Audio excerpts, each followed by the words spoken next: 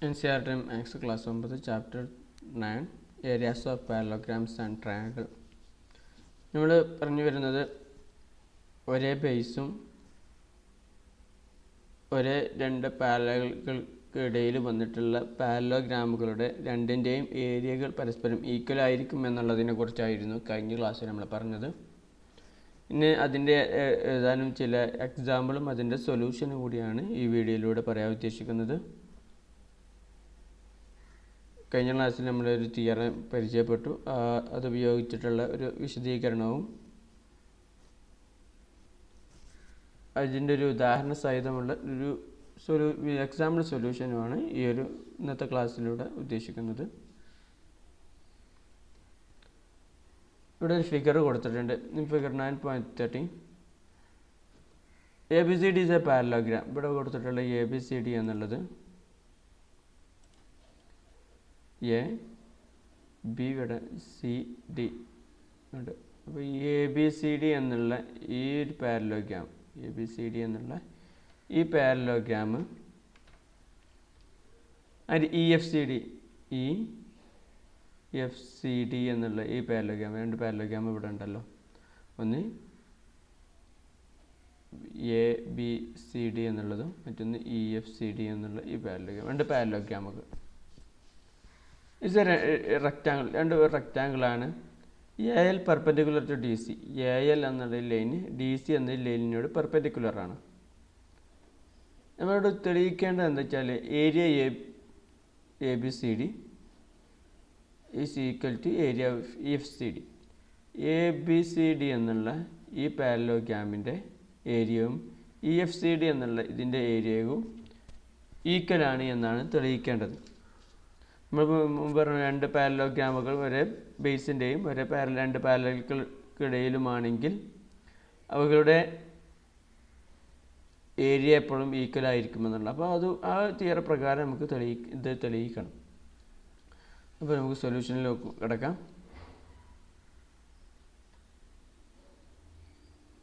ABCD as a rectangle is a parallelogram. Rectangular parallelogram ആണ്. Therefore ABCD and EFCD is equal to 9.1. ഇത് നമുക്ക് equal തന്നെ ആയിരിക്കും. നമ്മൾ തൊട്ട് മുമ്പുള്ള ഉദാഹരണത്തിലൂടെ പറഞ്ഞ പോലെ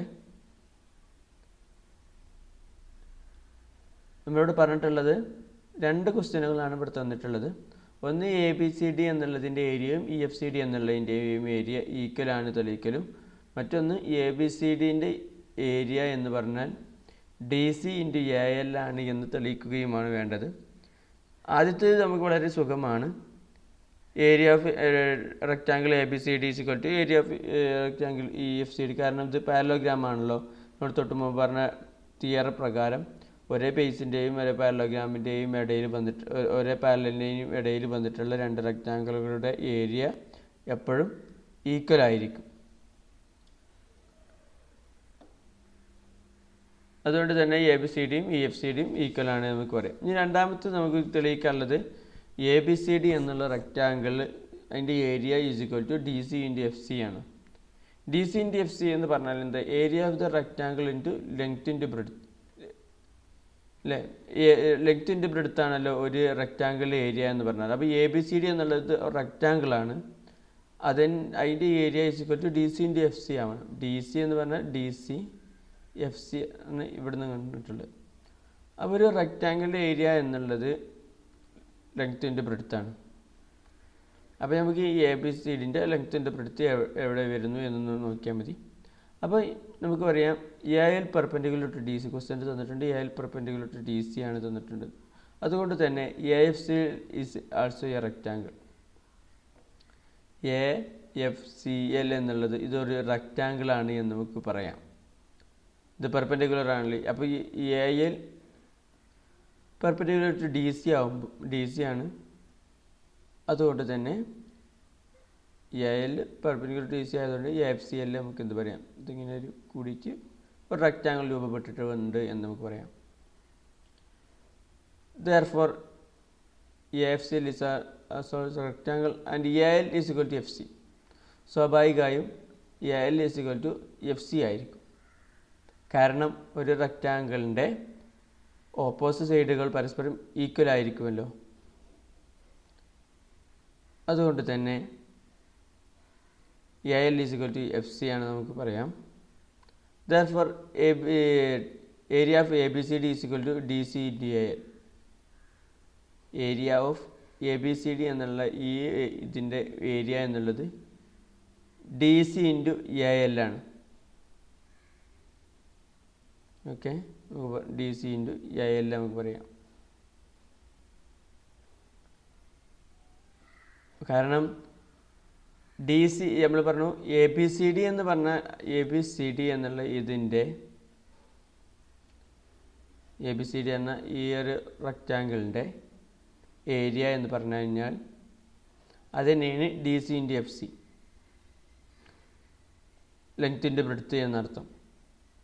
അപ്പോൾ ഈ FC is equal to AL എന്ന് തെളിയിക്കാൻ കഴിഞ്ഞാൽ നമുക്ക് പറയാമല്ലോ DC ഇൻറ്റു AL ആണ് എന്ന്. അപ്പോൾ നമ്മളിവിടെ FC is equal to AL ആണ് തെളിയിച്ചു. അതുകൊണ്ട് നമുക്ക് പറയാം DC ഇൻറ്റു AL ആണ് പിന്നെ ABCDൻ്റെ ഏരിയ എന്ന് പറയാം. അപ്പോൾ ABCD നമ്മുടെ ക്വസ്റ്റ്യനിൽ പറഞ്ഞിട്ടുള്ള area of ABCD is equal to DC into AL ആണ് എന്ന് നമുക്ക് തെളിയിക്കാം.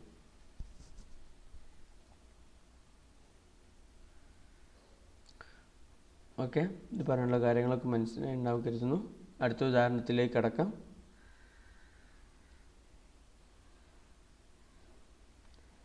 Above that, the area of a parallelogram is the product of its any side and the corresponding altitude. ഇവിടെ നമ്മൾ പറഞ്ഞു ഒരു പാരലോഗ്രാമിൻ്റെ ഏരിയ എന്നുള്ളത് അതിൻ്റെ ആൾട്ടിറ്റ്യൂഡും കറസ്പോണ്ടിങ് ആയി വരുന്ന ആൾട്ടിറ്റ്യൂഡും അതിൻ്റെ ഏതെങ്കിലും ഒരു സൈഡിൻ്റെയും പ്രൊഡക്റ്റാണെന്ന് നമ്മളിവിടെ പറഞ്ഞു. ഒരു സൈഡ് അല്ലേ FC എന്നുള്ള സൈഡ് ഇതിൻ്റെ ഒരു സൈഡ് എടുത്തു, ഇതിന് ഒരു ആൾട്ടിറ്റ്യൂഡ് എടുത്തു, അതുപോലെ ഏതെങ്കിലും ഒരു സൈഡും എടുത്തു, അതിൻ്റെ പിന്നെ അത് രണ്ടും ഗുണിച്ച് കഴിഞ്ഞാൽ കിട്ടുന്ന ഉത്തരമായിരിക്കും ഒരു റെക്റ്റാങ്കിളിൻ്റെ ഏരിയ എന്ന് നമ്മൾ പറഞ്ഞു. അതാണ് ഇവിടെ പറഞ്ഞിട്ടുള്ളത്. അപ്പോൾ the area of parallelogram is the product of its any side and the corresponding altitude. ഒരു പാരലോഗ്രാമിൻ്റെ ഏരിയ എന്ന് പറഞ്ഞാൽ അതിൻ്റെ ആൾട്ടിറ്റ്യൂഡും അതിൻ്റെ ഏതെങ്കിലും ഒരു സൈഡ് പരസ്പരം ഗുണിച്ചതായിരിക്കും. Theorem 9 point can be written as parallelograms on the same base or equal base and between the same parallel are equal in area. നമ്മൾ മുമ്പ് പറഞ്ഞ തിയറം എങ്ങനെയായിരുന്നു? ഒരേ ബേസിൻ്റെയും ഒരേ പിന്നെ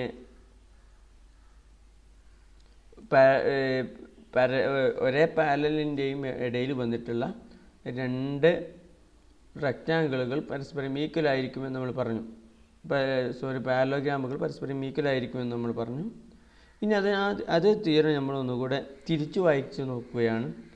parallelograms on the same base അല്ലെങ്കിൽ ഒരു equal base and having equal areas, ഒരേ ബേസും ഈക്വൽ ഏരിയകളുമുള്ള പാരലോഗ്രാമുകളൊക്കെ lie between the same parallel, അത് ഒരേ പാരലലുകളുടെ ഇടയിലായിരിക്കും കിടക്കുന്നത്. അപ്പോൾ ഒരു രണ്ട് പാരലോഗ്രാമുകൾക്ക് ഒരേ ബേസുമാണ് ഒരേ ഏരിയയുമാണെങ്കിൽ അത് സെയിമായ രണ്ട് പാരലലുകൾക്കിടയിലായിരിക്കും രണ്ട് പാരലോഗ്രാം നിൽക്കുന്നത്. അല്ലെങ്കിൽ എത്ര പാരലോഗ്രാം ഉണ്ടെങ്കിലും നിൽക്കുന്നത് ഒരേ പാരലലിൻ്റെ ഇടയിലായിരിക്കും. ഓക്കെ,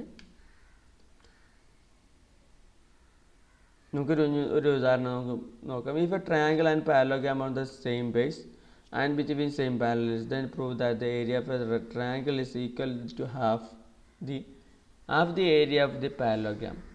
നമ്മൾ തൊട്ട് മുമ്പ് പറഞ്ഞത് ഒരു രണ്ട് പാരലോഗ്രാം ഈക്വൽ ആവുന്നതാണ്. ഇനി ഇതിൽ പറഞ്ഞിട്ടുള്ളത് ഒരു ട്രയാങ്കിളും ഒരു പാരലോഗ്രാമും ഒരേ ബേസിൻ്റെയും ഒരേ പാരലലിൻ്റെയും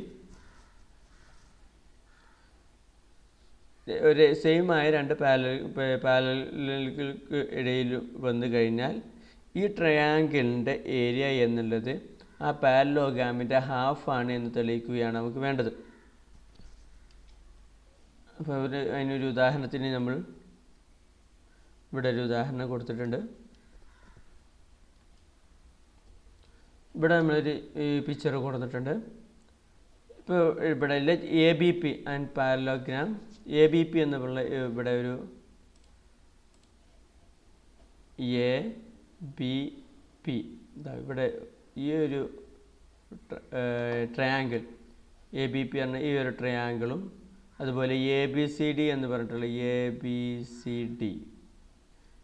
ഡി എന്ന് പറഞ്ഞിട്ടുള്ള ഈ ഒരു പാരലോഗ്രാമും ഒരേ ബേസിൻ്റെ ഇടയിലാണ്. ഇവിടെ എ ബി എന്നൊരു ബേസ് ഉണ്ട്, ഇവിടെ പി സി എന്നൊരു പാരലോഗ്രാമും ഉണ്ട്.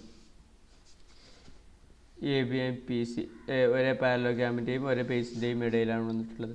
അപ്പോൾ ഈ എ ബി സി ഡി എന്നുള്ള ഈ പാരലോഗ്രാമിൻ്റെ ഹാഫാണ് എ ബി പി എന്നുള്ള ഈ റെക്റ്റാങ്കിൾ എന്നാണ് തെളിയിക്കേണ്ടത്. Okay, you wish to prove that area of P A B എന്ന ഈ ഒരു ട്രയാങ്കിൾ ഈസ് ഈക്വൽ ടു അര area of A B C D എന്നുള്ള ഈ പാരലോഗ്രാമിൻ്റെ അരയാണ്, half into area of A B C D എന്നുള്ള ഈ പാരലോഗ്രാമിൻ്റെ ഹാഫാണ് എന്നാണ് തെളിയിക്കേണ്ടത്. അത് നമ്മൾ അത് ഒരു പി ക്യു പറഞ്ഞ ഒരു എ പി എന്നുള്ള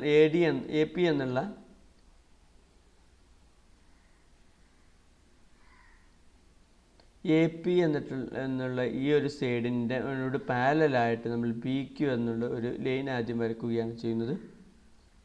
അപ്പോൾ നമുക്ക് ഇതിലൂടെ രണ്ട് പാരലോഗ്രാമുകൾ കിട്ടി അല്ലേ. ഒരു എ ബി ക്യു പി എന്നുള്ള ഒരു പാരലോഗ്രാം നമുക്ക് ഇവിടെ കിട്ടി, എ ബി സി ഡി എന്നുള്ള മറ്റൊരു പാരലോഗ്രാമും കിട്ടി. അപ്പോൾ രണ്ടും ഒരേ ബേസിൻ്റെയും രണ്ടും ഒരേ പാരലലിൻ്റെയും ഇടയിൽ വന്ന രണ്ട് പാരലോഗ്രാമാണ് ഇപ്പോൾ എ ബി ക്യു പിയും എ ബി സി ഡിയും എന്ന് നമുക്ക് പറയാൻ സാധിക്കും.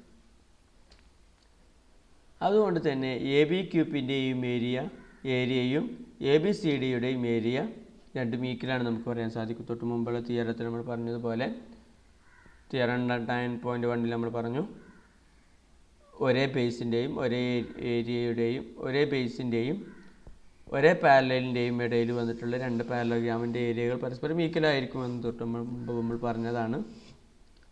അപ്പോൾ ഇവിടെ എ ബി ക്യു പി എന്നുള്ള ഈ ഒരു പുതുതായി രൂപപ്പെട്ട പാരലോഗ്രാമും എ ബി സി ഡി എന്നുള്ള ആദ്യത്തെ വന്നിട്ടുള്ള പാരലോഗ്രാം പരസ്പരം ഈക്വലാണെന്ന് നമുക്ക് പറയാം. അപ്പോൾ P A B is equal to P Q B നമുക്ക് പറയാമല്ലോ. പി എ ബി എന്നുള്ളതും പി ക്യു ബിയും ഈക്വലാണ്. ഒരു പിന്നെ പാരലോഗ്രാമിൻ്റെ നേരെ ഹാഫ് ആയതുകൊണ്ട് തന്നെ ഡയഗണൽസ് പി ബി എന്നുള്ള diagonal divides parallelogram A B Q P into 2 congruent triangle. രണ്ട് കോൺഗ്രൻറ്റ് ട്രയാങ്കിൾ ആക്കി തിരിക്കുന്നു. ഇത് കോൺഗ്രൻ്റ് ആണ്. എ ബി പിയും പി ബി ക്യു എന്നുള്ള ഈ രണ്ട് പിന്നെ ട്രയാങ്കിളുകൾ പരസ്പരം കോൺഗ്രൻ്റ് ആണ്. കോമൺ ആയൊരു സൈഡുണ്ട്. പിന്നെ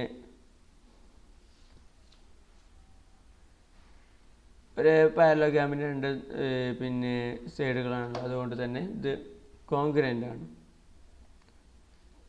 so area of P A B and area of P Q B ഈക്വലാണ് നമുക്കറിയാം. പി എ ബിയും ബി ക്യു പിൻ്റെയും ഏരിയ പരസ്പരം ഈക്വലാണ്. കോൺഗ്രൻ്റ് ട്രയാങ്കിൾ ആകുമ്പോൾ അതിൻ്റെ ഏരിയയും ഈക്വൽ ആയിരിക്കും. അപ്പോൾ നമുക്ക് മനസ്സിലായി. അതുകൊണ്ട് തന്നെ area of P A B is equal to half of area of A B Q P.